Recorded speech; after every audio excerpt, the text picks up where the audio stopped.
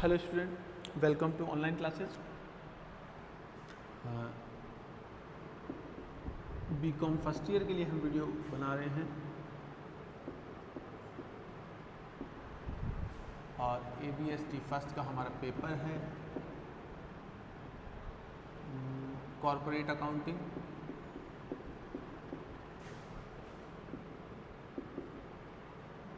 And financial accounting.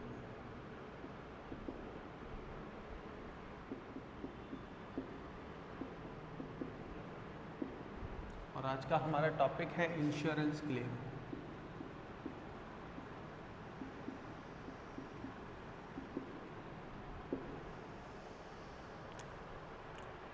और देखिए, insurance claim में आज हम देखने वाले हैं जो एबनॉर्मल गुड्स होती है और नॉर्मल गुड्स होती है, उस पर जो क्लेम किया जाता है या क्लेम फॉर अमाउंट के लिए हमें कैलकुलेशन करनी होती है, वो हम किस तरीके से कैलकुलेट करते हैं। इससे पहले आप प्रीवियस लेक्चर में देख चुके होंगे कि क्लेम फॉर अमाउंट हम कैसे कैलकुलेट करते हैं। सेम लगभग वैसा ही क्वेश्चन है, लेकिन एक बढ़िया क्वेश्चन है जो एग्ज़ाम में पूछा भी गया है। तो वही क्वेश्चन हम सॉल्व करके देखते हैं कि उसमें कैलकुलेशन किस तरीके से करनी है आपको। तो क्वेश्चन की जो डिटेल है मैं आपके सामने रख देता हूँ। स्टॉक ऑन 1 अप्रैल 2013 आपके पास होता है 75,000 का। 80,000 का स्टॉक है आपके पास ऑन 31 मार्च 2013 सॉरी 14। और परचेज और सेल है परचेज फॉर ईयर 13 एंड 14 और सेल्स फॉर ईयर 2013 एंड 14। ये आपके पास हो जाती है 3,10,000 और 4 लाख।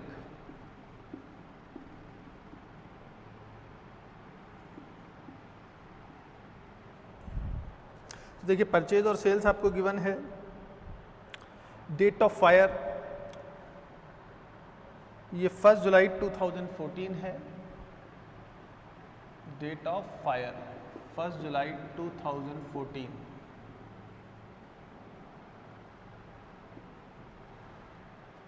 तो देखिए, करंट ईयर में हमने जो बिजनेस रन किया है वो 1 अप्रैल 2014 टू 30 जून 2014 तक हमने बिजनेस रन किया होगा। इट मीन्स 3 मंथ हमने बिजनेस रन किया होगा। तो 3 मंथ की जो परचेज और सेल है उसका हम डेटा देख रहे हैं। ये जो डिटेल है ये आपकी प्रीवियस ईयर से रिलेटेड डिटेल है। ये जो डिटेल है प्रीवियस ईयर की डिटेल है आपकी।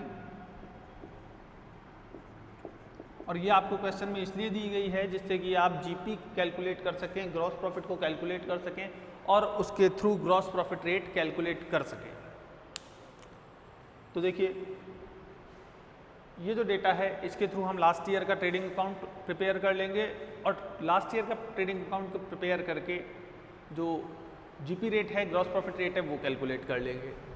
तो आपके पास ये जो डिटेल है प्रीवियस ईयर की डिटेल है। अब हम आते हैं करंट ईयर की डिटेल पे। तो देखिए, ये जो प्रीवियस ईयर का स्टॉक है यहाँ पे 31 मार्च 2014 को ये जो प्रीवियस ईयर का स्टॉक दे रखा है ये करंट ईयर के लिए ओपनिंग स्टॉक हो जाएगा। और परचेज जो दे रखी है आपको, purchase for period 1 April 2014 to 30 June 2014 और sales for period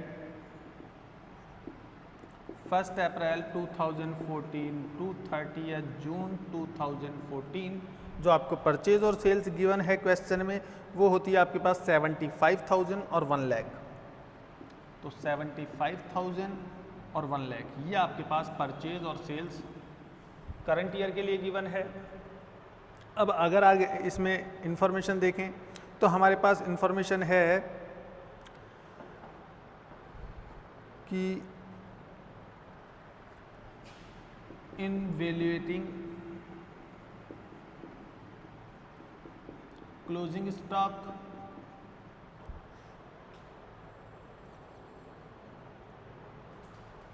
of the year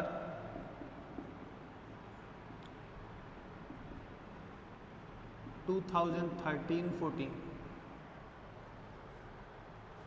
goods of rupees 5,000 were written off.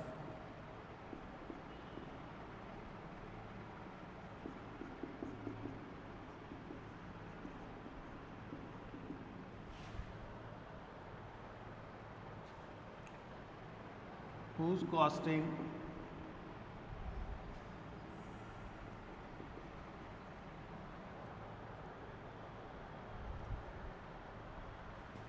whose cost was rupees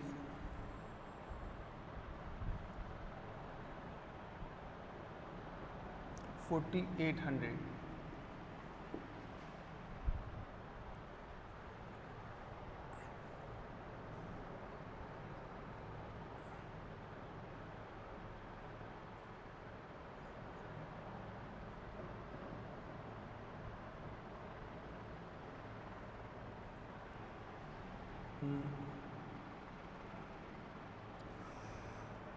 Or part of the stock was sold in the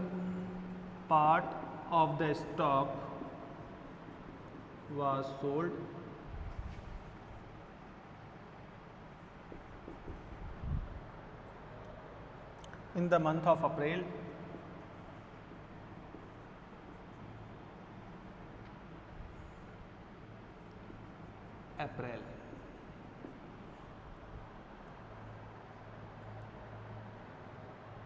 In the month of April at a loss of 400.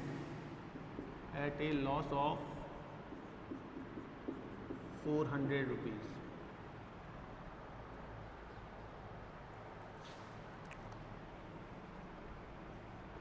Whose cost was rupees 2,400.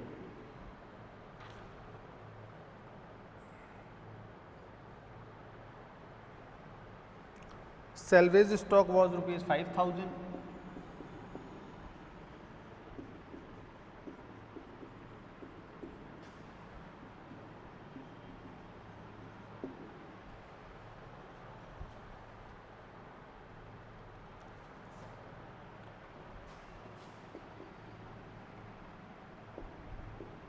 Policy amount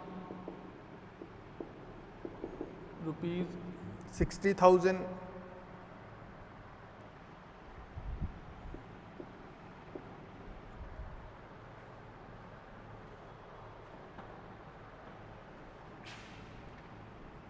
You are to calculate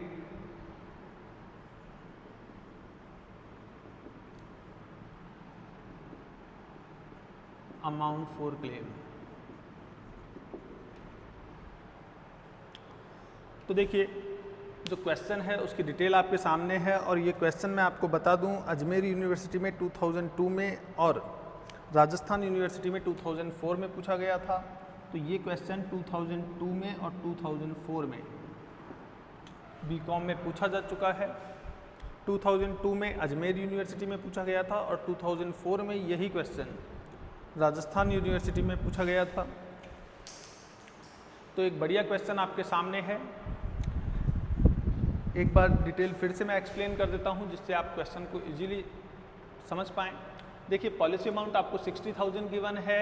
opening stock आपके पास 1 अप्रैल 2013 को 75,000 का था और stock 31 मार्च 2014 को 80,000 का था। Purchase for previous year 3,10,000 है। Sales for previous year 4 lakh है।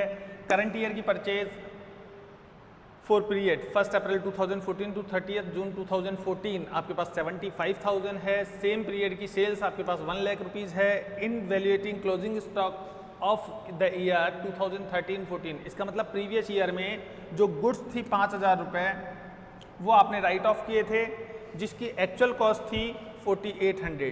तो ये प्रीवियस ईयर में यहाँ तक आपको इंफॉर्मेशन दी गई है कि 5,000 रुपये का जो क्लोजिंग स्टॉक है वो आपने राइट ऑफ किया था, जिसकी एक्चुअल कॉस्ट केवल 4800 थी।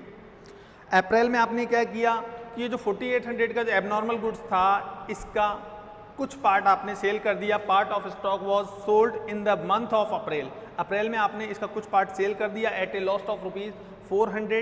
आपने वो जो पार्ट सेल किया उस पर आपको लॉस हुआ 400 का, और उसकी एक्चुअल कॉस्ट थी 2400। इसका मतलब आपने 2000 में सेल कर दिया।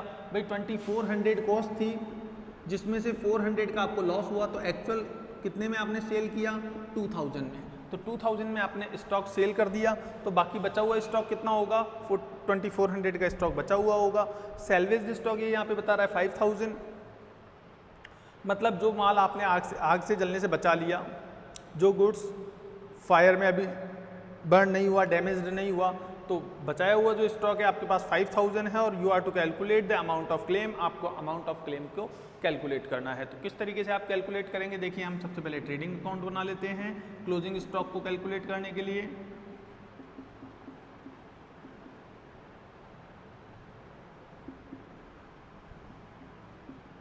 फॉर ईयर एंडिंग 31 मार्च 2014। तो ये प्रीवियस ईयर का स्टॉक है, प्रीवियस ईयर का ट्रेडिंग अकाउंट है, क्योंकि करंट ईयर का जो ट्रेडिंग अकाउंट होगा उसका जो पीरियड होगा वो होगा 1 अप्रैल 2014 टू 31 मार्च 2015 होना चाहिए। तो ये जो अकाउंट हम बना रहे हैं कौन से पीरियड के लिए है? 31 मार्च 2014 को हम बना रहे हैं। ये हमने कॉलम बनाए, कॉलम को नाम दे रहे हैं हम पर्टिकुलर अमाउंट, पर्टिकुलर अमाउंट।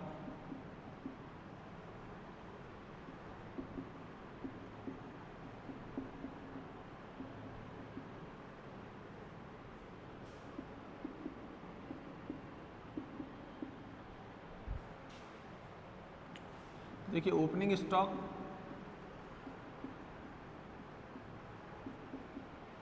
ये आपके पास हो जाता है ओपनिंग स्टॉक 75,000 प्रीवियस ईयर का। परचेज लिखें तो प्रीवियस ईयर की परचेज हमारे पास है 3,10,000। इसमें से लेस करें, परचेज रिटर्न है नहीं हमारे पास, तो नेट परचेज आपकी 3,10,000 आ जाती है। सेम इसी तरीके से आप सेल्स को शो करेंगे। सेल्स आपके पास प्रीवियस ईयर की है 4 लाख रुपीज़।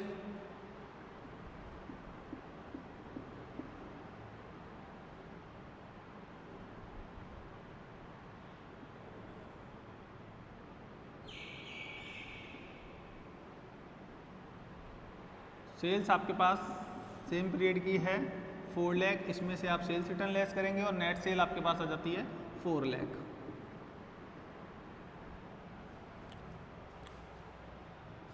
अब क्लोजिंग स्टॉक आपको गिवन है तो आप क्लोजिंग स्टॉक लिख देंगे। प्रीवियस ईयर का क्लोजिंग स्टॉक है हमारे पास, और कितना है? तो प्रीवियस ईयर का क्लोजिंग स्टॉक आपके पास 80,000 है, और इसमें से 5,000 आपने राइट ऑफ किए थे। तो जितना आपने राइट ऑफ किया था वो वापस ऐड कर दो। तो रिटर्न ऑफ आप कर चुके हैं, return of for abnormal goods. आपने एबनॉर्मल गुड्स के लेस किए थे कितने रुपए? 5,000 आपने लेस किया था, तो उसे वापस ऐड कर दीजिए, जिससे कि आप एक्चुअल कॉस्ट पता कर सकें गुड्स की। तो हमारे पास एक्चुअल कॉस्ट अभी 85,000 है। जितना आपने लेस किया था उतना ऐड कर दिया। अब हम ग्रॉस प्रॉफिट कैलकुलेट कर सकते हैं हमारा। तो एक्चुअल ग्रॉस प्रॉफिट जो हमको हुआ होगा प्रीवियस ईयर में 4,85,000 में से आप लेस कर दीजिए 75,000 और 3,10,000, तो आपके पास तो एक्चुअल ग्रॉस प्रॉफिट आ जाता है 1 लाख।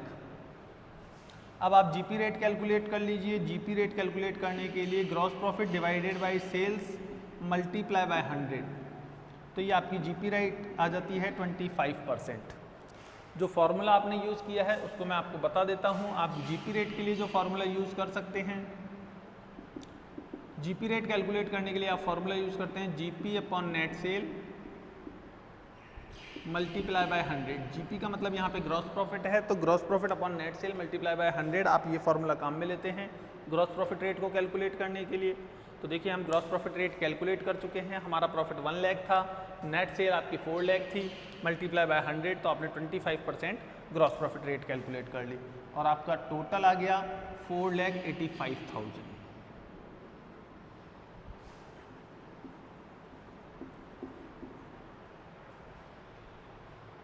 तो देखिए ये प्रीवियस ईयर का आपने ट्रेडिंग अकाउंट प्रिपेयर कर लिया है। अब करंट ईयर के लिए हम मेमोरेंडम ट्रेडिंग अकाउंट प्रिपेयर करेंगे और मेमोरेंडम ट्रेडिंग प्रिपेयर करने के बाद आप कैलकुलेट करेंगे stock on the date of fire, क्योंकि हमें ये नहीं पता है जिस दिन आग लगी थी यानी कि 1 जुलाई 2014 को जब आग लगी तो गोडाउन में कितना माल था, तो उसको कैलकुलेट करने के लिए हम करंट ईयर के लिए मेमोरेंडम ट्रेडिंग अकाउंट प्रिपेयर करेंगे। सामने से मैं डिटेल इरेज कर रहा हूँ, अगर आप स्क्रीनशॉट लेना चाहें तो ले सकते हैं।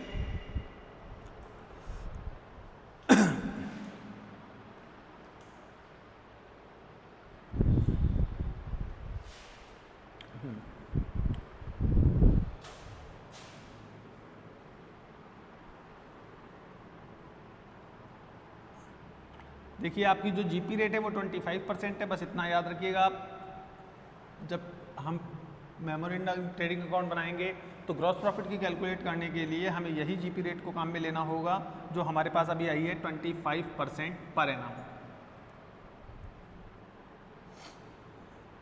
और आपके क्लोजिंग स्टॉक की वैल्यू कितनी हो गई थी 85,000। तो देखिए जब हम मेमोरेंडम ट्रेडिंग अकाउंट बनाएंगे तो सबसे पहले हेडिंग चेंज कर देते हैं इसके लिए। ये आपका मेमोरेंडम ट्रेडिंग अकाउंट हो गया और ये हम बना रहे हैं कब,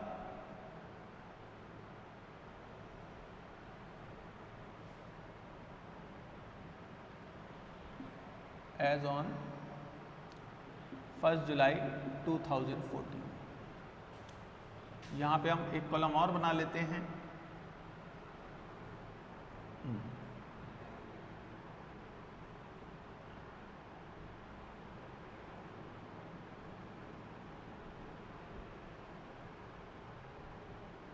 ये आपकी नॉर्मल गुड्स हो जाती है और ये एबनॉर्मल गुड्स हो जाती है।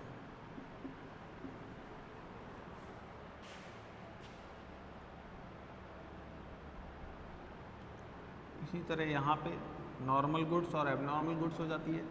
ये आपने नॉर्मल गुड्स तैयार कर ली और ये आपकी एबनॉर्मल गुड्स हो गई।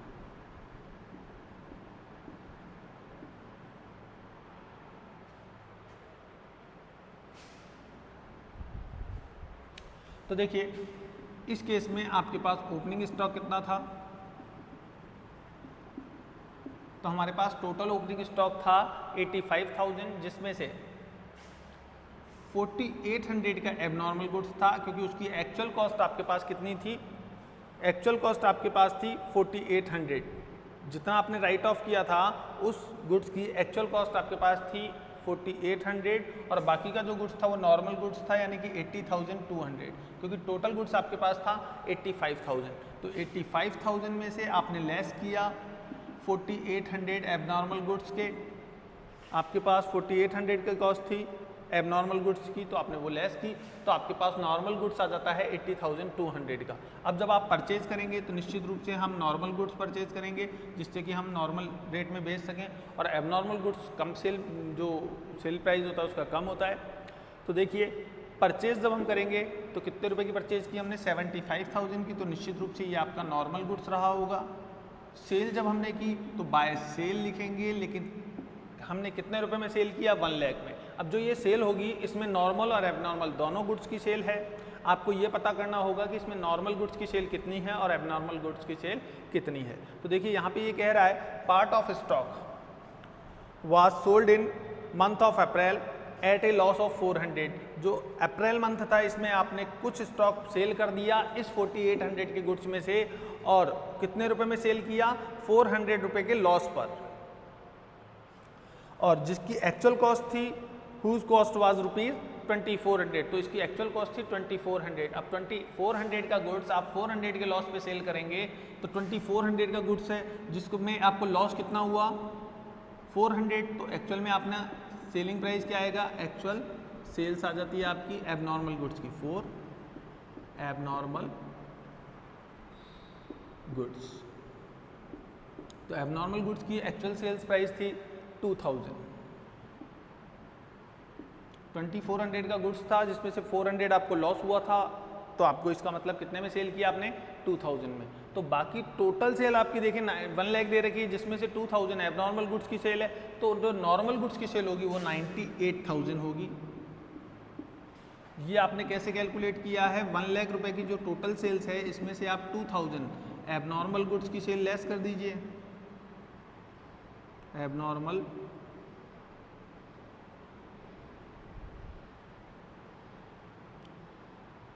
स्टॉक। अब हम बात करते हैं ग्रॉस प्रॉफिट की। तो ग्रॉस प्रॉफिट हमारे पास कितना है, तो देखिए आपके पास नॉर्मल गुड्स की सेल है 98,000, इस पे आपको 25% प्रॉफिट हुआ होगा लास्ट ईयर की जैसे। तो नॉर्मल गुड्स हमारे पास 98,000 की सेल है जिसमें 25% प्रॉफिट रहा होगा, तो आपको जो प्रॉफिट हुआ होगा वो होगा 24,500 का। ये आपके नॉर्मल गुड्स पे प्रॉफिट है, और एबनॉर्मल गुड्स पे आपको प्रॉफिट हुआ ही नहीं, लॉस हुआ है। कितने का लॉस हुआ है, तो यहाँ पे आपको जो ग्रॉस लॉस हुआ है वो 2400 का गुड्स था और 2000 में आपने सेल किया 400 का लॉस लेके। तो यहाँ पे आपको लॉस क्वेश्चन में सीधा गिवन है कि 400 का आपको लॉस हुआ था एबनॉर्मल गुड्स पे। फिर हम बात करते हैं स्टॉक। तो देखिए आपके पास टोटल एबनॉर्मल गुड्स था 4800 का, आपने 2000 में सेल कर दिया और 400 का आपको लॉस हुआ है। तो यहाँ पे आपके पास जो क्लोजिंग स्टॉक बचेगा एबनॉर्मल गुड्स का वो आप इजीली कैलकुलेट कर सकते हैं। टू साइड का टोटल कीजिए 4800 और बाई साइड को लेस कर दीजिए, तो आपके पास क्लोजिंग स्टॉक कैलकुलेट हो जाएगा एबनॉर्मल गुड्स का। अब बात करते हैं नॉर्मल गुड्स के लिए। तो नॉर्मल गुड्स के लिए देखने आपने ग्रॉस प्रॉफिट कैलकुलेट करके रखा है, अब टू साइड को टोटल कीजिए और बाई साइड को लेस कर दीजिए, जो बचा हुआ स्टॉक होगा वो आपका क्लोजिंग स्टॉक होगा। तो 80,200 प्लस आपने 75,000 किया और प्लस किया 24,500, तो आपके पास 1,79,700 ये आ जाता है टोटल। इसमें से आप लेस कर दीजिए 98,000, तो आपके पास क्लोजिंग स्टॉक आ जाता है 81,700। ये कब है, on the date of fire.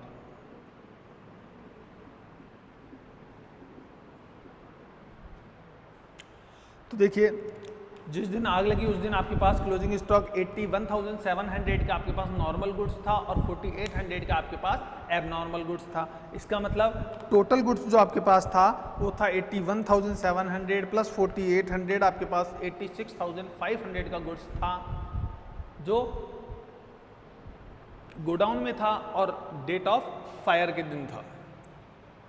इसमें से आपने कितना गुड्स सेल्वेज कर लिया, आपने जो बचा लिया आग में जलने से वो था 5,000, तो जो जल गया गुड्स वो था आपका 81,500। अब आप इसको कैसे शो करेंगे तो मैं आपको बता देता हूँ, इसके लिए आपको फिर से जगह चाहिए होगी।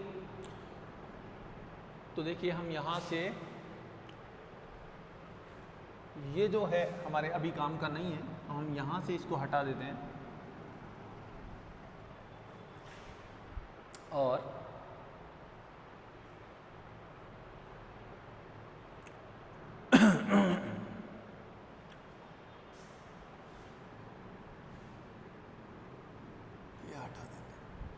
हाँ, तो देखिए यहाँ पे हम कैलकुलेट कर सकते हैं कि लॉस बाय फायर आपको कितना रहा है। तो value of stock on the date of fire, तो आपके पास 81,700 का गुड्स है प्लस 4,800 का गुड्स है, तो टोटल गुड्स आपके पास हो जाता है 81,700 प्लस 4,800। आपके पास गुड्स की कॉस्ट हो जाती है 86,500। तो देखिए 86,500 आपके पास स्टॉक था, इसमें से आपने सेल्वेज स्टॉक जो आग में जलने से बचा लिया है वो है 5,000, तो आप इसको लेस कर दीजिए और आपके पास जो लॉस बाय फायर आएगा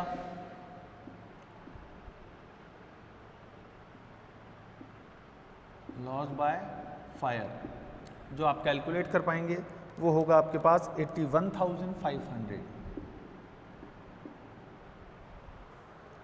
तो इतना स्टॉक है जो आग से जल गया है।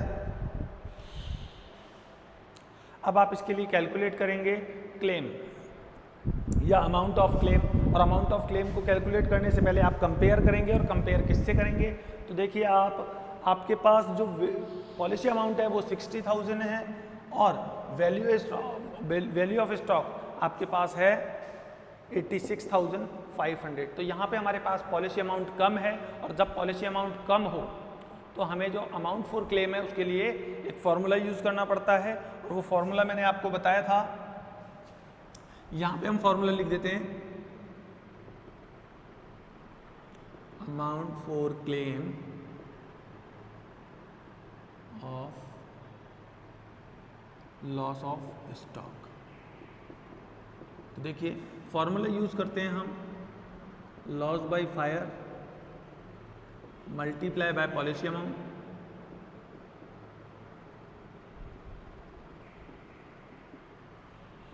Divided by value of stock.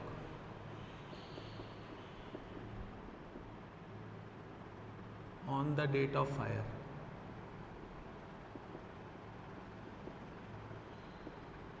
तो ये फॉर्मूला आपको यूज़ करना होता है। तो यहाँ पे देखिए इसी फॉर्मूले के थ्रू हम क्लेम अमाउंट कैलकुलेट करते हैं। तो लॉस बाय फायर आपका हो जाता है 81,500 और वैल्यू ऑफ क्लोजिंग स्टॉक आपके पास है 86,500 multiply by policy amount. Policy amount आपके पास क्वेश्चन में गिवन है 60,000। तो इस फॉर्मूले के थ्रू आप कैलकुलेट कर सकते हैं amount of claim 81,500 divided by 86,500 multiply by 60,000, ये आपके पास आ जाता है 56,531। 56,531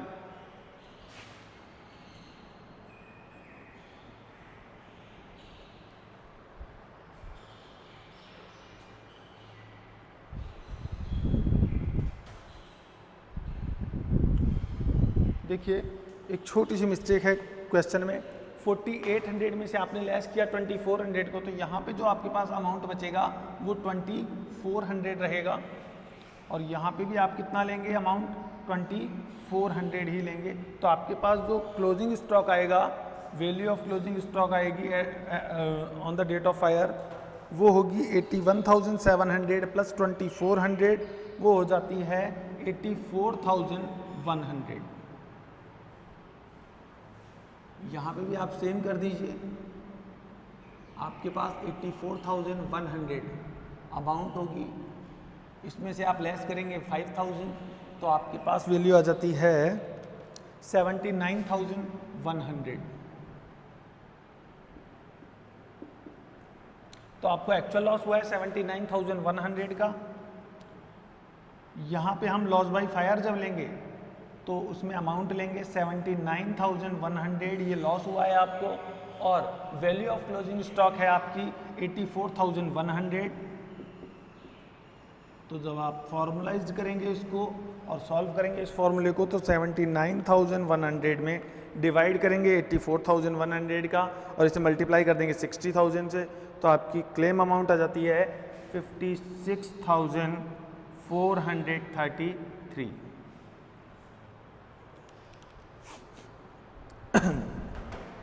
तो उम्मीद करता हूँ ये जो क्वेश्चन है ये आपको क्लियर हो गया होगा, इसने आपके काफ़ी सारे डाउट्स क्लियर किए होंगे।